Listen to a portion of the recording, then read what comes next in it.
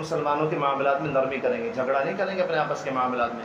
تیسری صفت یہ ہوگی غیروں کے مقابلے میں بڑی سخت۔ چنانچہ دیکھیں صحابہ کرام رضوان اللہ تعالیٰ علیہ اجمعین کے زمانے کو، حضرت سیدنا ابو بکر صدیق رضی اللہ تعالیٰ 18 سال کی عمر تھی جب آپ صلی اللہ علیہ وسلم سے دوستی تھی۔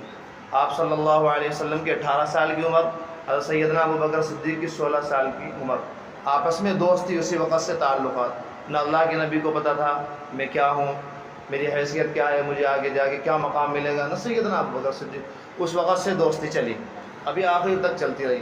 اب جب آپ صلی اللہ علیہ وسلم کا انتقال ہوا، کتنا سخت زمان، کتنا سخت حالات تھے اس وقت۔ اور سیدنا عمر ابن خطاب جیسا زبردست قوی مضبوط آدمی، پوری دنیا پر حکومت کرنے والا آدمی، اس کے حواس تک ختم ہو گئے اور تلوار لے کر کھلے عام نیام سے باہر نکال کر کہا کہ اگر کسی نے کہا کہ آپ صلی اللہ علیہ وسلم کا انتقال ہو گیا، اس کی گردن اتار دوں گا۔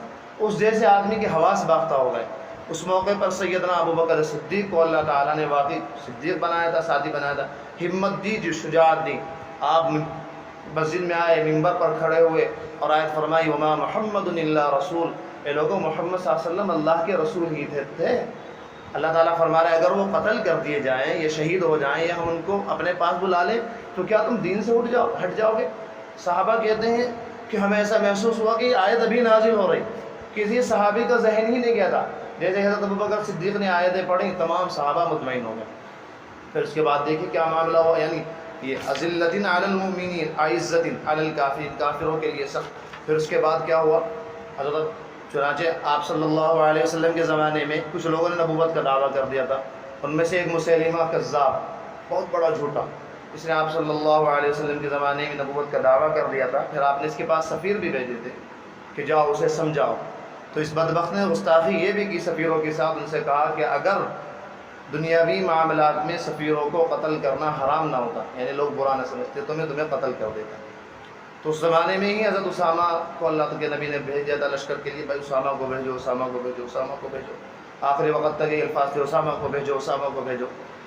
تو مسیلمہ بن کذاب، اس کی بڑی طاقت تھی، حضرت خالد سیف اللہ رضی اللہ تعالیٰ عنہ دوسرے صحابی گئے، اس کو قتل کیا، حضرت وحشی نے قتل کیا اس کو، جنہوں نے حضرت حمزہ کو قتل کیا تھا۔ چنانچہ خود فرماتے ہیں کہ جاہلیت کے زمانے میں سب سے بہترین شخص یعنی حضرت حمزہ کو میں نے قتل کیا، اور جب اللہ نے اسلام عطا فرمایا سب سے بدترین شخص یعنی مسیلمہ کو میں نے قتل کیا۔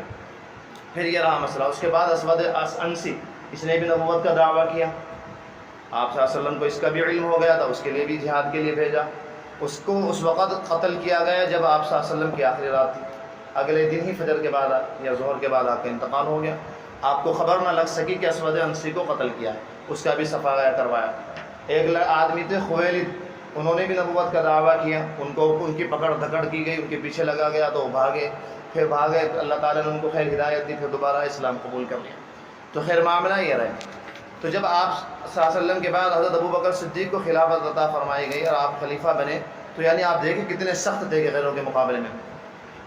تو جب آپ نے دیکھا کہ چاروں طرف یعنی شروع ہی میں کچھ لوگ مرتد ہونا شروع ہو چکے تھے، لیکن جب آپ صلی اللہ علیہ وسلم پردہ فرما چکے تو ایک وبا، طاعون کی وبا جیسے پھیلتی ہے پورے عرب قبیلوں میں، 7 قبیلے ایسے تھے جو مرتد ہوئے، اور انہوں نے کہا حضرت ابو بکر صدیق کے کارندوں سے کہ ہم زکوٰۃ نہیں دیں گے۔ اس وقت سیدنا ابو بکر صدیق رضی اللہ تعالیٰ نے صحابہ سے مشورہ کیا، بھائی کیا کرنا چاہیے کیا نہیں۔ حضرت ابو بکر صدیق کی رائے یہ تھی کہ ہر حال میں جہاد کرنا چاہیے۔ صحابہ ہی سوچنے لگے، حضرت عمر کے سینے پہ آپ نے مکہ مارا کہ تم مجھے نرم رائے دے رہے ہو، زمانہ جاہلیت میں تم کتنے سخت آدمی تھے، اب نرمی برت رہے ہو۔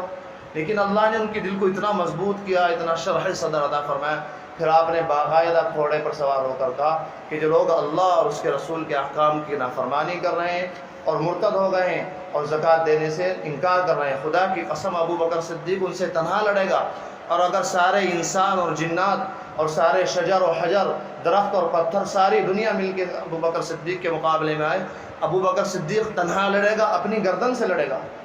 جب آپ گھوڑے پر سوار ہوئے تب حضرت عمر رضی اللہ تعالیٰ عنہ جیسے صحابی جاگے، انہوں نے فرمایا تشریف رکھیے، آپ تشریف رکھیے، ہم خادم ہیں۔ تو حضرت ابو بکر صدیق کو اتارا گیا، پھر آپ کو بٹھایا گیا، پھر تمام پورے قبائل عرب کے لیے نقشہ بنایا گیا، یہاں جہاد کے لیے جائے، یہاں جہاد کے لیے جائے، یہاں جہاد کے لیے۔ فرمایا یہ اصل آیت تو یہ صحابہ ہی کے بارے میں نازل ہوئی، کیونکہ یہ جماعت ایسی تھی حضرت ابو بکر صدیق کی، اللہ ان سے محبت کرتا تھا، یہ اللہ سے محبت کرتے تھے۔